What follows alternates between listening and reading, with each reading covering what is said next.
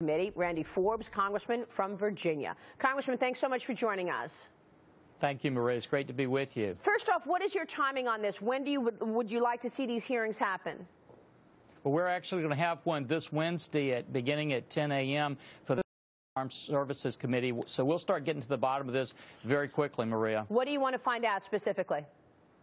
Well, we want to find out the answers that American families are asking. You know, a lot of these stories, Maria, they begin with talking points in Washington and they filter out through the country. This one's different. This one really sprung up from American families, businesses, civic organizations who are just saying, what in the world is happening here, when basically they feel the administration lied to them, broke the law, and then they just look at the magnitude of the deal and they just don't see the big victory that the president's talking about. Yeah, I guess I just really want to get to the bottom of why. Why would the president not tell Congress in advance the way the law stipulates? Plenty more to talk about with you, sir, Virginia Congressman. Let's get a look, though, at Bergdahl prisoner swap, the swap through the eyes of Congress, what they knew and when they knew it. Fox News senior correspondent Eric Shawn with that angle. Good morning, Eric. Good morning, Maria, and good morning, everyone. You know, the president claims that he had to act fast and that he has the authority under the Constitution.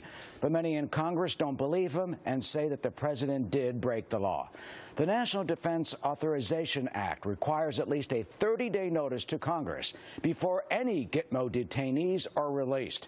But the administration says it did not do that in this case because of concerns over Bergdahl's health and claims the Taliban could have killed him if word of the secret negotiations got out.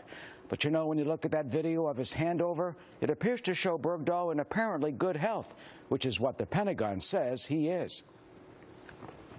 We had discussed with Congress the possibility that something like this might occur. But because of the nature of the folks that we were dealing with and the fragile nature of these negotiations, we felt it was important to go ahead and do what we did. And we're now explaining to Congress the details of how we move forward. Well, the administration last fully detailed the details to Congress. Turns out 3 years ago, back in 2011. While officials say the issue was raised a few days before the swap, it turns out that some key members of Congress were reportedly only told the day before the president appeared here in the Rose Garden with Bergdahl's parents, if at all.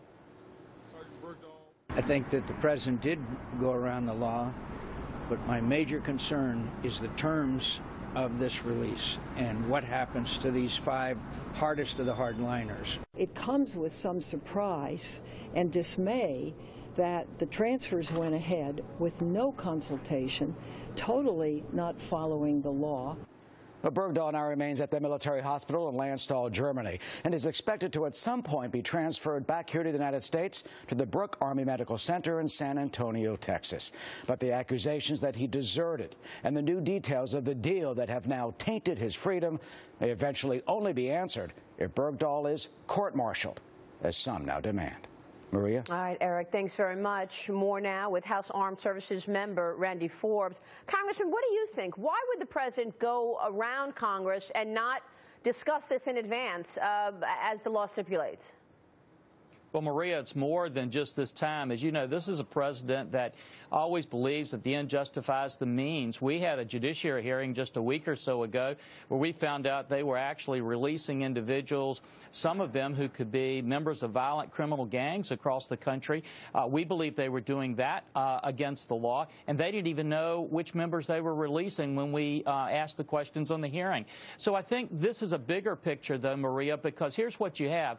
It wasn't just that the president went around the law. The administration told Congress that they would not do this before they consulted with Congress, and they just lied. Second, they then violated the law.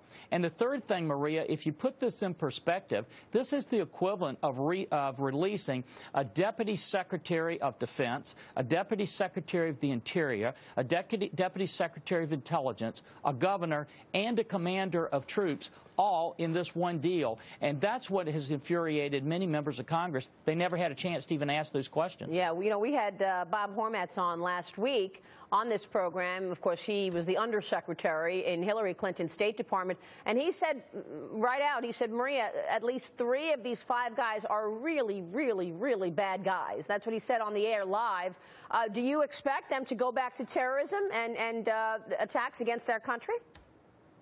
Well, Maria, they've never repented. They've never said they were sorry for anything. They've never backed off of their passion. I think the statistics are overwhelming that we will see them back doing these kinds of things. And, Maria, one of the things that infuriates so many Americans, can you imagine how many American lives were given, the amount of money and cost that went into capturing these individuals in the first place?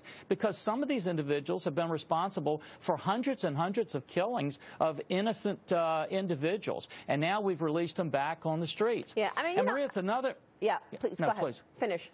No, I was just going to say it's another thing to look at the fact that you have just increased the price of hostages, and we have other hostages around the world that are being held by different groups. You've increased the price tag of those hostages now on any transfer that would take place, and actually encourage some of these groups perhaps to go out and take other hostages and do this again. Yeah. That's why so many people are furious about this deal.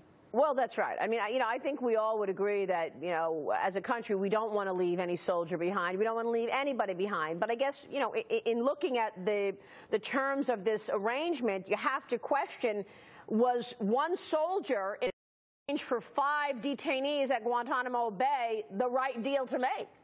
You just put a price tag out there.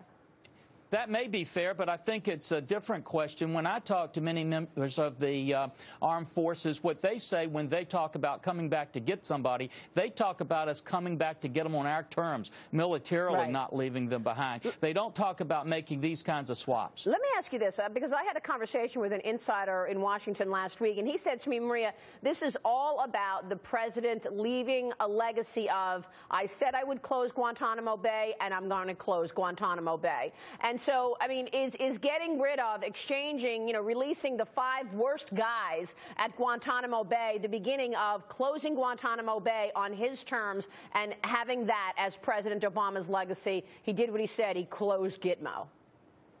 Well, Maria, it's more than just closing Gitmo. It's actually releasing these individuals who are the worst of the worst. And we've had to fight this president tooth and nail from the time he came into office, because that's exactly what he's been trying to do. Yeah. And we're going to continue to have to fight to make sure he's not successful. Congressman, we'll be watching your hearing on Wednesday as this all begins in Washington. Thanks very much for joining us. Thank you, Maria. We'll see you soon.